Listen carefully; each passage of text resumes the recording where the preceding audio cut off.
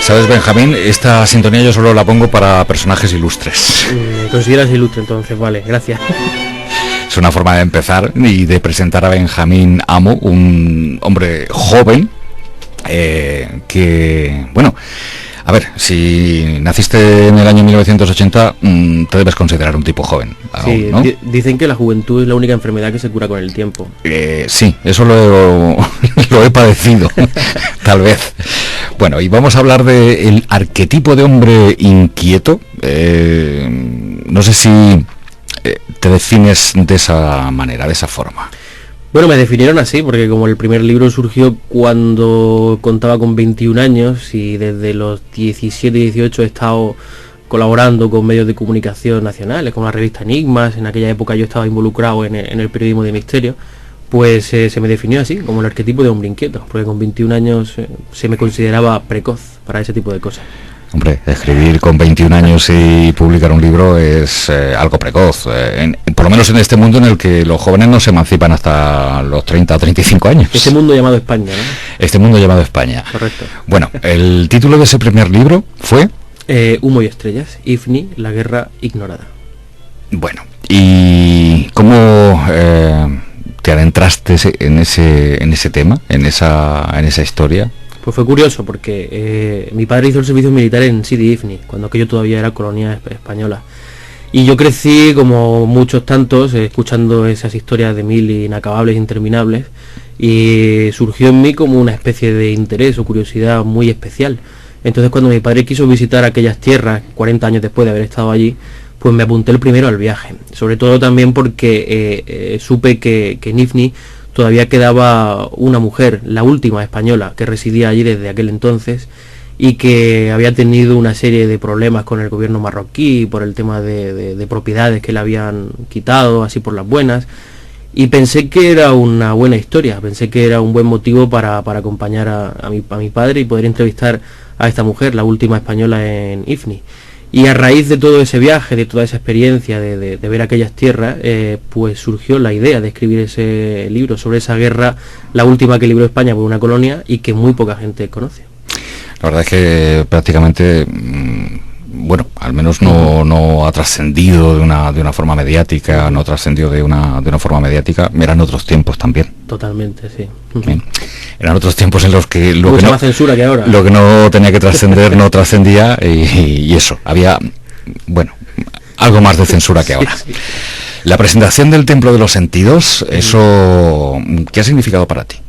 Pues era un poco como mi juguete nuevo, por llamarlo de alguna forma, ¿no? Porque a pesar de ser el tercer libro, yo me sentía un poco como el primero. El segundo, que fue un ensayo sobre los misterios y las leyendas de Murcia, era una deuda pendiente que yo tenía conmigo mismo, y el Templo de los Sentidos ha sido un poco el retorno a un género que es en el que más cómodo me siento, que es el de la novela. Entonces la presentación de este libro ha sido muy esperada, muy deseada. Hay también mucha ilusión puesta en esta historia, en este proyecto, porque no solamente un libro, el libro va acompañado de un CD que es la banda sonora, que acompaña a esta edición, a esta primera. Y hay rondando por ahí en la estratosfera de las ideas la posibilidad de llevarlo a cine. Estamos viendo el guión, yo ya lo he visto, está todo el tema de producción, porque se quiere hacer un cortometraje no tan corto, de 30 a 35 minutos. Mediometraje que sería, y la verdad es que muy ilusionado con toda esa posibilidad, también para abril aproximadamente que sale la versión holandesa del libro, la traducción. Y nada, pues muy ilusionado y deseoso de ir para Ámsterdam, que también para mí es una ciudad muy importante en mi trayectoria, que he vivido una larga temporada allí. Y como te digo, pues muy ilusionado con todo el libro, con toda la proyección y con todo el proyecto en sí. Bueno, yo creo que algo de la presentación aquí en Murcia se te quedó grabado en mente.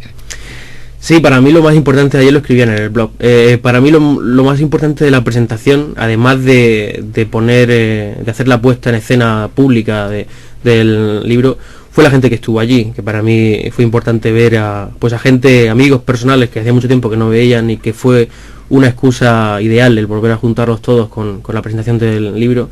Y además de eso, pues la puesta de largo del libro en sí, fue una presentación un poco original, porque quisimos que todos los presentes se metieran de alguna forma en la idea que representa el libro, ¿no? Y es el tema de las máscaras, de la doble personalidad o de las dobles moralidades, ¿no? Entonces todos los presentes en aquel acto, hubo un momento en el que fueron obligados, entre comillas, por una actriz que intervino en la presentación, a ponerse una máscara que había, cada uno tenía su máscara en el asiento. Se pusieron la máscara y la verdad que la imagen que a mí me quedó cuando yo estaba allí sentado, ver todo el público con la máscara puesta, fue muy bonita por un lado, y también se me quitaron un poco los nervios propios de la presentación, porque el hecho de que verlos a todos con máscara puesta es algo así como imaginártelos a todos desnudos, ¿no? Para no ponerte nervioso. Y la verdad es que fue muy bonito, fue una experiencia genial. Yo creo que escribir 3 libros en un periodo tan razonable de tiempo, ¿no? Significa que eres un hombre que medita lo que haces, ¿no? Que, digamos, prepara, trabaja y disfruta. No sé si en ese orden. Sí, yo disfruto desde que comienzo a idear la propia historia hasta que la llevo a término. Luego, por ejemplo, con este libro en particular, con El Templo de los Sentidos, yo intenté creer los personajes al principio y mi intención era que los personajes de alguna forma tuvieran vida propia, que fueran ellos los que me fueran dictando la historia. Hubo un momento de la historia en el que tenían tanta vida que yo no sabía hacia dónde se dirigía esa historia, ¿no? Que fue el momento un poco de crear la escaleta de la historia y ver hacia dónde yo quería conducirlos de alguna forma. Pero para mí el momento de escribir es casi como una ceremonia, necesito silencio absoluto. Cada uno tiene sus formas, ¿no? Hay gente que escribe y no le importa que haya ruido a su alrededor, o incluso hace una semana Ángeles Caso le escuchaba decir que ella escribía con su niño en brazos y con el portátil así con una mano. Yo sería incapaz de hacerlo así, pero bueno, que cada uno tiene su forma. Yo lo hago de noche siempre. Me gusta ese silencio, esa paz, y este verano hice incluso un experimento personal que fue intentar adulterar el orden preestablecido que tenemos de los días, ¿no? Se nos dice que tenemos que vivir durante las horas de luz y que la noche es para dormirla, ¿no? Sin embargo, yo intenté hacerlo al revés, un poco como Joaquín Sabina. Quise dormir durante el día y, estilo vampírico, despertarme al anochecer y así poder trabajar sin problemas de sueño, con un silencio absoluto, e incluso salía a la calle a fumarme un cigarrito a las 4 o 5 de la mañana cuando no había absolutamente nadie. Eso es una sensación un poco maravillosa, porque tiene la sensación de ser el único ser vivo en la faz de la Tierra. Eso lo he experimentado yo durante 8 años. Durante 8 años que he tenido pues los biorritmos cambiados. Ajá. Llega a un momento en el que puede ser peligroso. Sí, verdad, sí, me conozco ese momento. Sí. Termina siendo peligroso. Sí. El Templo de los Sentidos es una novela, digamos que todos de alguna forma hemos buscado ese templo de los sentidos en nuestro interior, en el exterior, a una determinada edad. ¿Cómo lo plantearías? Pues a ver, el Templo de los Sentidos, la gente cuando me pregunta, bueno, ¿qué es el Templo de los Sentidos? Realmente es el lugar físico en torno al cual está inspirado la historia o en el que se ambienta. Es un lugar que aparece en la historia, ¿no? El Templo de los Sentidos realmente no tiene por qué ser un lugar físico. El Templo de los Sentidos es algo que todos llevamos dentro y que muy pocos se atreven a descubrir. Quizá porque representa los instintos más primarios o más básicos de cada uno de nosotros, ¿no? Y es ese descubrir, en el día a día casi todos vivimos un estilo de vida que viene premarcado o prefijado, ¿no? Por cultura, por sociedad, o porque es lo que nos han dicho que hay que hacer, ¿no? En cuanto te sales 1 milímetro de esa línea preestablecida, eres el raro, eres pues la persona que va contracorriente, ¿no? Entonces el Templo de los Sentidos es ese descubrir, ese atreverse a descubrir esa parte de ti que sabes que tienes, pero que no gusta, que incluso muchas veces no gusta a uno mismo, ¿no? El Templo de los Sentidos es la historia de cada uno, y en este libro, por ejemplo, lo que se representa es como el personaje central de la historia, Hugo, se despierta una mañana y se da cuenta precisamente de eso, ¿no? De que su vida está demasiado preestablecida, sabe lo que le va a ocurrir en el día a día de los próximos X años, ¿no? Y una mañana se despierta y, activado como por una especie de detonante especial, va vagando por su existencia de ese día de una manera como muy neblinosa. Y en una conversación aparentemente fortuita se produce una serie de situaciones que lo conllevan a otras que son las que a lo largo de 7 días, porque la historia transcurre en 7 días, la vida de este personaje de Hugo va a dar un giro de 180 grados y se va a encontrar en una situación que 7 días antes era casi imposible de imaginar. Se va a meter en un submundo en el que va a descubrir cómo personas que en el día a día llevan una vida aparentemente normal, un trabajo idílico, una reputación social excelente, como cuando llegan a sus casas, muchas de esas personas son precisamente las que a lo mejor se descargan la pornografía infantil, ¿no? Y que durante el día, si lo ves, jamás imaginarías que una persona así fuera capaz de hacer una cosa así, ¿no? Entonces el personaje lo que hace es descubrir la verdadera naturaleza de su existencia, atreverse, en definitiva, a romper con el yugo de la sociedad, de que no siempre tenemos que hacer lo que nos dicen, y las apariencias no siempre son lo que parecen ser. Sobre todo juegas con el concepto doble moralidad, ¿no? Tan persistente en nuestra sociedad actual, llamado España. El llamado España, correcto, sí.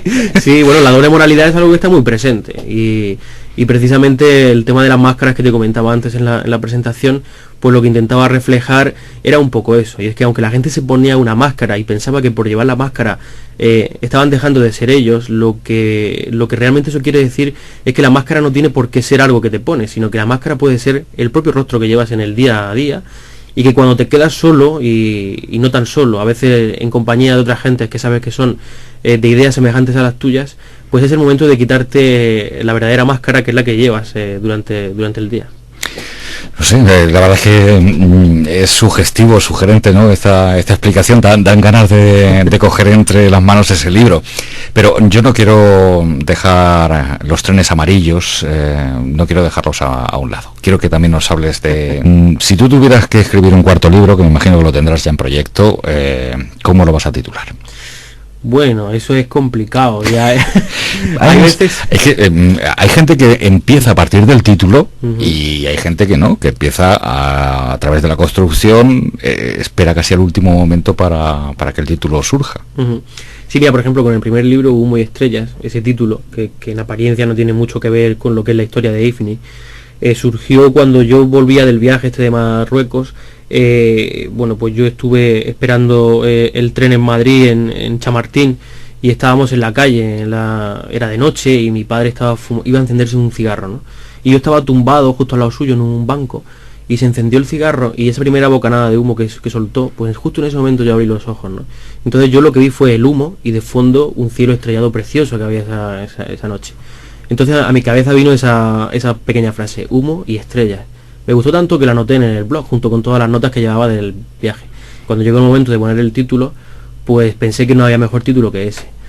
Y el Templo de los Sentidos surgió a mitad de la escritura. Lo que tengo, por ejemplo, en cartera, ahora mismo escribiendo, sí que tiene un título, pero digamos que es un título a lo mejor orientativo. Y cuando llegue el final, pues dependiendo un poco del tono final de la historia, se podrá quedar o no. Pero sí que me gustan los títulos así un poco contundentes o muy expresivos, como este del Templo de los Sentidos. ¿Nos vas a dar permiso para escuchar una parte del Templo de los Sentidos? Que reproduzcamos sonoramente un párrafo. Aquí hay que ser cuidadoso y cuidar al máximo los derechos de los autores, que para eso trabajan mucho. Bien, pues ha sido un placer, Benjamín, conocerte. Ha sido un buen rato y la verdad es que he disfrutado mucho esta entrevista. Eres buen conversador, no tanto como yo, ya te habrás dado cuenta que se me traban las palabras de vez en cuando, pero son gajes del oficio y sobre todo de llevar ya muchas horas trabajando y despierto sobre todo. La cafeína que la altera quizá demasiado. Es que si es que eso es lo que pasa, que no me tomo el café de la radio. Pero si no me tomo el café. Pues si es que estoy sin tomar café, si es por ese es el problema. Va a ser eso. Benjamín, te deseamos lo mejor, que tengas mucha suerte. Gracias por ser tan valiente y gracias por traernos, sobre todo por opinar. Y gracias por traernos este último trabajo. Yo voy a ver si me lo empollo bien y la segunda entrevista que hagamos la hago mucho mejor que esta. A mí me ha gustado mucho, me lo he pasado muy bien, ha sido un placer. Gracias. Bueno, pues si te recibía con la sintonía de las grandes ocasiones y de los personajes célebres, vamos a terminar precisamente con este Alegro, que no sé si lo conoces, es de Michael Hart. La dirección y el violín es de un hombre a quien